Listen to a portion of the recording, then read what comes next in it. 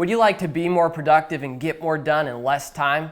Well, one of the ways is to increase your discipline, but an even faster way to do it is to remove distractions. So in this video, we're going to talk about how to increase your productivity by removing 11 distractions from your day. But before we get started, please do me a huge favor and like this video, subscribe, and turn on notifications to see more videos like this.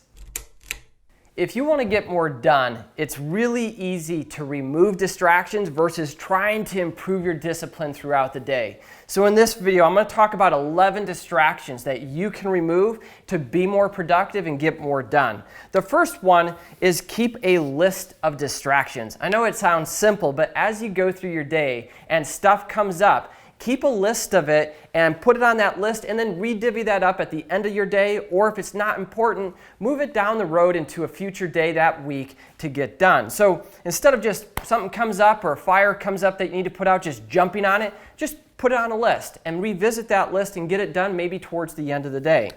The other thing is to limit your phone screen time. All smartphones, or most of them these days, has a feature under the settings where you can actually go and limit your screen time on apps like social media and stuff that distracts you. So if you have, if you don't have the discipline to, avoid that little urge to check social media or to start a conversation that's not really moving the needle, go into your phone settings and limit your screen time. It's really easy to do. It can send you reminders. It can tell you, hey, if I've used social media or Instagram for more than 15 minutes, send me a notification. Let me know and turn off the app, or you can move on with it. It's really easy to use. I highly recommend it. I do it on my phone to make sure I'm not spending too much time on my nights and weekends when I want to spend time with my wife on Instagram. It's helpful. It's just a little prompt like, hey, Calvin, you've been on Instagram too long. Get off of it, right? Easy to do, easy to set up. Highly recommend that one. The other one is check your emails, your phone calls, your voicemails. Now, obviously, this depends what type of business you're in. If you're a real estate agent, this may be easier to say than do, but limit it to maybe 2 to 3 times a day. Instead of always checking it and always responding to everything in 3 seconds, do it maybe right before lunch and right before you go home. Or maybe first thing in the morning, you have a little gap, take anything that's high priority, do it and put it on your to-do list for that day. Otherwise, move it to a later time. So if you can do this, this avoids the urge to constantly go back there and check it and see if you got any more emails when you get stuck or get distracted, because that whole thing of multitasking is a complete myth. You can't focus on more than one thing at once. So if you constantly are bouncing around throughout your day, your productivity is going to greatly decrease. So the easiest way to do it is just to time block stuff like emails, voicemails, calls, etc. If you have somebody answering your phone for you, like an assistant, then it's way easier to monitor this. Another one is to ask people not to interrupt you. A great example is family members, like a spouse or children. Say, hey, unless it's emergency, please don't call me during workouts. Maybe call me over lunch or whatever it is. And so if you're constantly taking phone calls or taking care of stuff that's not urgent but seems important, then it's really easy to get off track. Like with my wife and I, unless it's super important or can be resolved really quickly, I really don't want her to call me during the middle of the day so I can get more done and have more time with her in the evenings when I get home. And it's not like this has to be like limiting. I know some people be like, well, my family's important. Well, mine is too. But I want to spend more quality time with them versus constantly communicating with them throughout the day when I can resolve something at home when we're hanging out together. So that's something that has helped me a lot. Another one is to turn off your notifications on your phone and computer. Years ago when I used to have, I don't remember what app it was, but it constantly pinged me when I was working when I had a new email. And with emails and text messages coming all day, it just constantly bing, bing, bing, bing, bing. It's distracting. It throws you off your game. You may get distracted because you're struggling with something, and that's an easy out to procrastinate. So a long time ago, I turned off these notifications. A lot of times I take my phone and set it face down away from me. I don't want it in my pocket. I don't want it buzzing.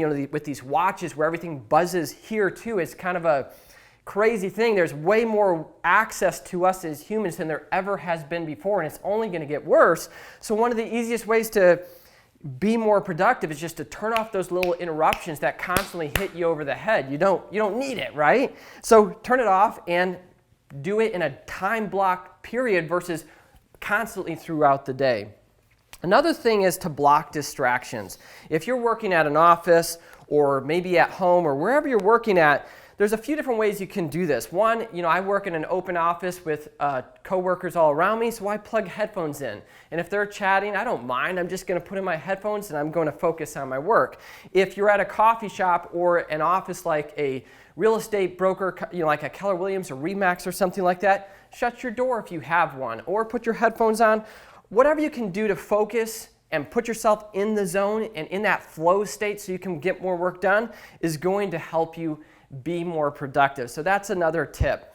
Number 7 is to do your most difficult work first. Whatever takes the most discipline for you, put that at the front of your day, because we're kind of like our phone battery, the battery on our phone. And throughout the day, the more we use our brain power, the lower the battery gets. The more our discipline and our willpower is easier to bend. It's harder for me to make big decisions and to focus and get stuff done and not procrastinate as my battery drains and as I get tired. So I know that, and I put my most urgent and important work that I have to get done at the beginning of the day, and that's what I recommend for you as well. Another thing is to avoid busy work when you get stuck. All of us are going to struggle at some point during the day when we have difficult tasks. That's one reason I move them to the front of the day.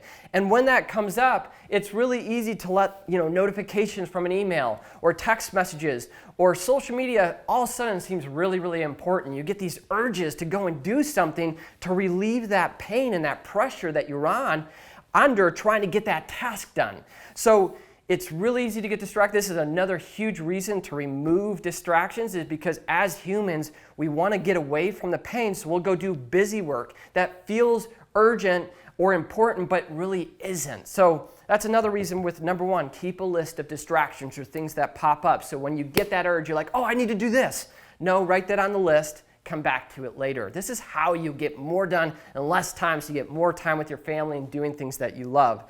Number 9 is do your errands over the weekend or after work. One of my favorite things and things that really help me is I like to check my emails right before lunch and right before I leave for the end of the day. The reason why is because I'm going to be really short and really selective on the emails I choose because I want to go home or I want to go get food because I'm hungry. Errands can be the same way. If you do those in the middle of the day, you're using precious time that you can get your work done to do something that you could do in a time when you're more worn out, when you're tired, or maybe on the weekend you can go get coffee and go to Home Depot or wherever it is to do that honeydew that you've been wanting to do, or go get your haircut. Like I like to do my haircut Saturday morning, first thing. It gets me up. I beat the rest of the guys who are running to the barber shop, get it done, and it starts my day out nicely. So that's kind of one thing that's helped me, is I stopped doing errands in the middle of my workday, unless it's over lunch and it's super important. So sometimes this is unavoidable, but I really try this, and this has really helped me just up my productivity, because it was such an easy cop-out when I struggled to say, hey, I really need to do this, but it really wasn't important. Another thing is not to text, call, or use social media for unimportant tasks through the middle of the workday. For an example, if one of my friends texts me, I love my friends, I'd love to talk to them. Unless I haven't heard from the person in a long time and I really want to chat, I'm going to leave that for the end of the day or a weekend when I have time. Maybe my pressure is a little bit lower and I can have a better conversation. So maybe you want to call your kids back, or you want to call a friend, or you want to check social media and interact with everyone who's posting awesome pictures of their summer vacation. Whatever that is, save those for a time block at the end of the day or when you're not in the middle of your workday, because they're so easy to just derail you, get you off track, and the next thing you know, you just blew 3 hours on social media liking pictures you don't even care about. I know we've all done it, right? And the 11th thing is put your phone down when you get home or when you're with a spouse.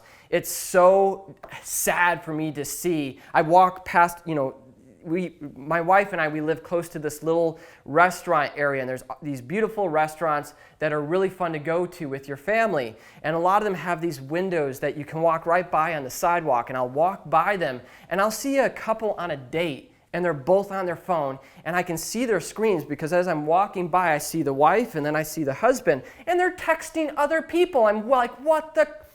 Just what in the world are you guys doing? You're on a date. Get off your stupid phone, right? So my suggestion is, if you're going to be home spending time with your loved ones, with your children, with your wife, with your pet, whatever it is, be present. Turn the phone off, go put it on the charger, and focus on your family time. If you go out to a restaurant, don't be on there texting or looking at social media. Spend that quality time with your family. It will allow your brain to reboot. It'll let you rest and recharge, and you're going to feel rejuvenated if you focus on your family and your loved ones versus focusing on your stupid phone. So put the stupid phone down and have more quality time and recharge those batteries. So if you like this video, you'll love the productivity tips that we have over at smartagents.com/productivity. We have a bunch of tips, templates, and resources to help you be more productive. So go to smartagents.com/productivity. And if you like this video, do me a huge favor, hit the like button, subscribe, turn on notifications to get more videos like this. I hope you enjoyed it. If you have any feedback or questions or comments, please post them below, and I look forward to seeing you on the next video.